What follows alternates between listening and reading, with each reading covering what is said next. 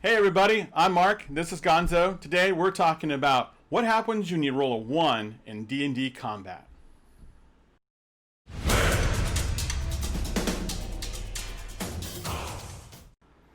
All right, Gonzo. Yes, sir. You know, it's really epic and fun when you roll a critical. And everyone goes, yeah, critical! Yeah. What happens when you roll a 1? So, you've seen the scenario. You've worked on a great big battle, maybe 5-6 rounds, where your players have gone through all their spell slots, all of their feats. They've battled back and forth. They've healed. They're down to their last hit points. You've got that Death Knight down. The barbarian walks up, Ragnar the Magnificent, and he's ready to destroy. He licks his lips, and he raises up his axe. You go ahead and roll a 1. So what happens, right? Just like there's critical hits where we do double damage, or however you run it at your table, all kinds of things. There can be critical fumbles. In fact, our suggestion is if you're using a 20 as a critical hit, then go ahead and take and use the 1 as a critical fumble. Yeah, we pretty much like to roll with, we believe in heart of the dice. Heart of the dice. Whatever happens, comes up, comes up. Yeah. It's good times. All right, so what would that look like? What are some examples of what happens if someone... They call it critical fumble. What do they? It's a mess up. In every movie, there's something that happens where, the hero of the show doesn't quite get what he wants. I mean, Jack Sparrow every time was a critical fumble that seemed to work out in his favor, but it happens a lot, and it adds a lot of things to the game. I know that as excited as we get when we roll a 20, oftentimes there's the same kind of least excitement when we roll a 1 to see what the dungeon master is going to do. I rolled a 1. Feeling of dread. Yes. So it does add to the game. We have used different lists over time. There's quite a few lists you can find online. We actually are going to have a critical fumble list available to our Patreon members. And one of the complaints, though, about using a critical fumble list is it generally is only for those that are doing physical combat. Yeah, martial type. So a fighter who has 2 attacks and at a high level, maybe 3 attacks by that point, and then uses his action surge, how many opportunities does he have to roll a 1? A lot more than the spellcaster who maybe casts a cantrip and then blast him with fireball or something. So we came up with an idea where at least if you're going to have a critical fumble list and it's you have a list for the physical combat, go ahead and create a list for spellcasters. Now, an easy way to get that list... Wild Magic Table. Wild Magic Table. Just go to the Sorcerer's Wild Magic page in your player's handbook and pull that up, and you can just roll your percentile dice and pick one of those. You could turn into a potted plant. Whatever may happen, right?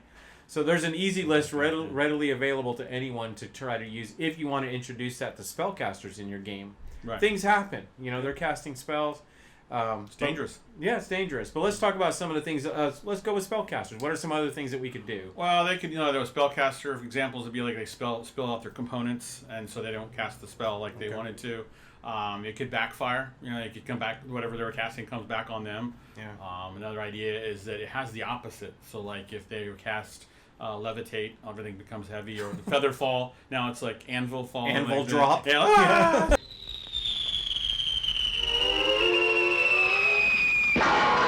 So any of those kind of things could it could be one thing that's nice about having a critical fumble thing. It has kind of a comedic effect in that, and there's a little bit of levity, brings a little levity to the game. Another thing is the spellcaster, as they're saying the spell, they might bite their tongue in the process of and those are some hard words to make sometimes. Expecto patronum.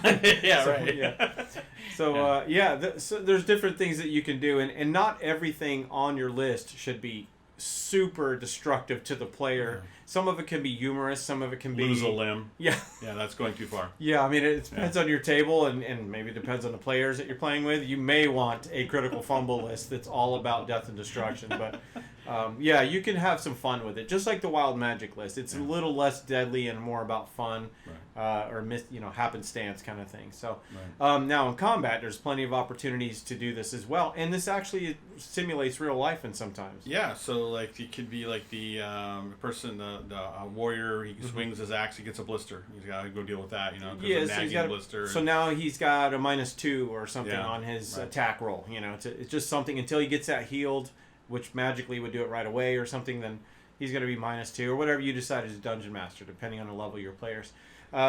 Disarmed. Disarmed. That's a common one. You swing. Like a golf club. There it goes. So I've never done that before.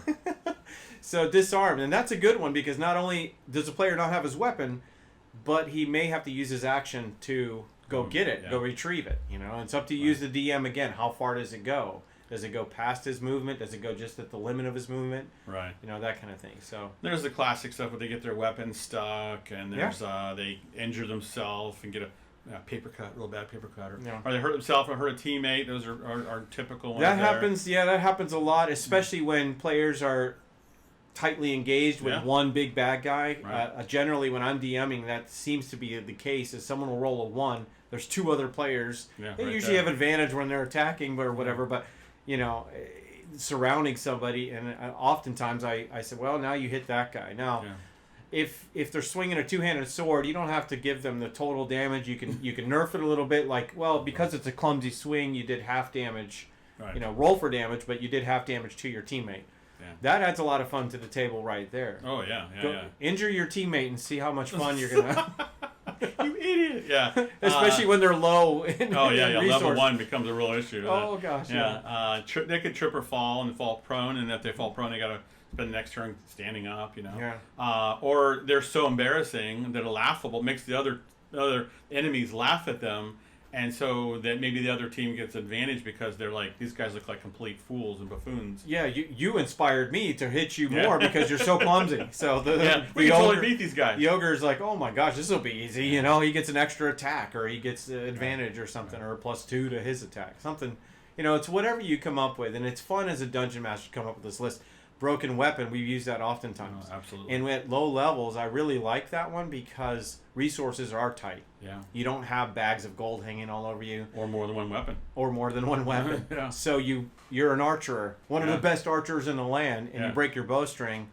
You're waiting until you get maybe someone with a mending spell, or you're able to have it repaired. Or to break out the unarmed attack, baby. Yeah, that's right. That's right. Or breath weapon if you're a dragonborn. That's true. Good point. In summary, Mark, if you're using a critical hit, then you should be using a critical fumble. And go ahead and make a list of things that you can offer as a DM. You can either roll randomly or pick one that fits the situation. You can make it hard, or difficult, or you can make it easy and lighthearted. If you're feeling particularly productive, you could make one critical fumble list for each kind of class. So, like if your cleric rolls a 1, then what's going to happen to the cleric, or what happens? Their with holy the rogue, symbol breaks, or something. Yeah, something that's specific to that class. Rogues, they don't often wash their daggers, so maybe you catch some kind of disease as a result of it. Poison. And they just kind of go like this. Maybe there's leftover poison on their dagger, and they nick themselves or something. Yeah, so that if you feel really productive, you can do that. That'd be kind of cool. A little bit of work to do, but it adds some flavor to the game rather than just say, the normal you broke your weapon, you trip and fell. Yeah, so it adds more spice to the game.